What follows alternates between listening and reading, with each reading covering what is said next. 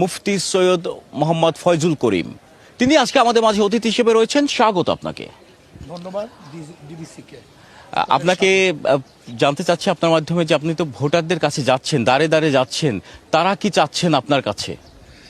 না, ভোটার আলহামদুলিল্লাহ স্বতঃস্ফূর্ত সাড়া দিচ্ছে এবং তারা পরিবর্তন চায়। তারা পুরনো বন্দোবস্তকে পরিবর্তন করে নতুন একটা সিস্টেমকে চালু করতে চায়। আপনারা কি প্রতিশ্রুতি দিচ্ছেন ভোটারদের? আমরা জনগণকে প্রতিশ্রুতি দিচ্ছি, জনগণ যেই আশা আকাঙ্ক্ষা নিয়ে মানুষকে ভোট দেয়, প্রতিনিধি গঠন করে ইনশাআল্লাহ তাদের আশা এবং আকাঙ্ক্ষার প্রতিফলন আমরা ঘটাবো ইনশাআল্লাহ। জুলাই গণহত্যা ট্রাইব্যুনালের প্রথম রায় হয়েছে আজ, এটি নির্বাচনে কোনো প্রভাব ফেলবে কিনা? না, এতে তো জনগণ যেটা চেয়েছে, জনগণের দাবি ছিল, জনগণের দাবি অনুযায়ী তো ব্যাস তারা রায় পেয়েছে, এর জন্য তো জনগণ সন্তুষ্ট আমি যতটুকু মনে করতেছি। একই দিনে নির্বাচন, একই দিনে গণভোট, বিষয়টিকে কিভাবে দেখছেন? এটা আমি হাস্যকর মনে করছি, এটা ঠিক হয় নাই। একই দিনে নির্বাচন, একই দিনে গণভোট, এটা জাতির সাথে তামাশা করা হয়েছে, এটা আমি বিশ্বাস করি।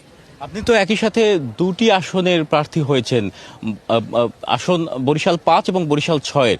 এক্ষেত্রে বরিশালকে প্রাধান্য দিবেন নাকি ওই 6 আসন বাকেরগঞ্জকে প্রাধান্য দিবেন? না, আমি তো জনগণের কাছে সমান, প্রাধান্য দেবো কেন?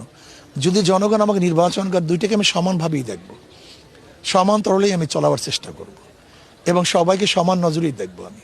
এখানকার স্বাস্থ্য, শিক্ষা, চিকিৎসা, বিশেষ করে আমরা দেখেছি এবছর ডেঙ্গুর প্রাদুর্ভাব যে হারে বেড়েছে, সে হারে কিন্তু ড্রেনেজ ব্যবস্থা কিংবা এখানে মশক নিধন অভিযান হয়নি বলে জেনেছি। তো আপনি যদি নির্বাচনে জয়লাভ করেন, তাহলে এই বিষয়গুলো কিভাবে দেখবেন? দেখেন, আমরা স্পষ্ট বলছি যে ইনশাল্লাহ আমরা যদি নির্বাচিত হতে পারি, শুধু ডেঙ্গু নয়, চিকিৎসা খাত বলেন, শিক্ষা খাত বলেন, রোড খাত বলেন, উন্নয়ন খাত, যত কিছু আছে না কেন সব খাতে ইনশাল্লাহ উন্নয়ন করব এবং যথাযথ উন্নয়ন করা সম্ভব। জোট গঠনের ক্ষেত্রে, আসন সমঝোতার ক্ষেত্রে যেখানে প্রার্থিতা দিবেন, সেখানে হচ্ছে কোন বিষয়টিকে প্রাধান্য দিবেন?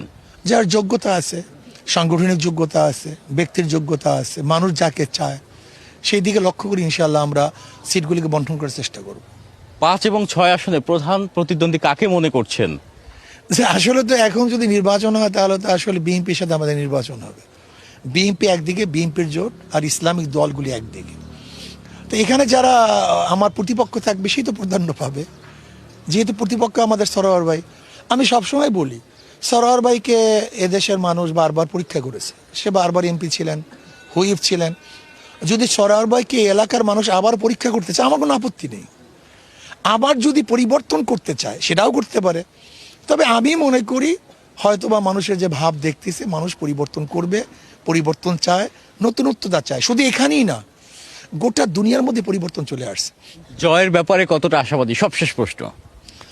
আমি ইনশাল্লাহ আশা করি এই বছর আমি যা অঙ্ক বা আমি তো নির্বাচনের ফিল্ডে নিজেই অংশগ্রহণ করেছি প্রায় 4 বার, নিজে ক্যান্ডিডেট ছিলাম।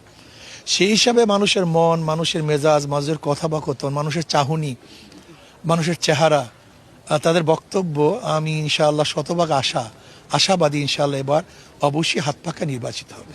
ধন্যবাদ আপনাকে।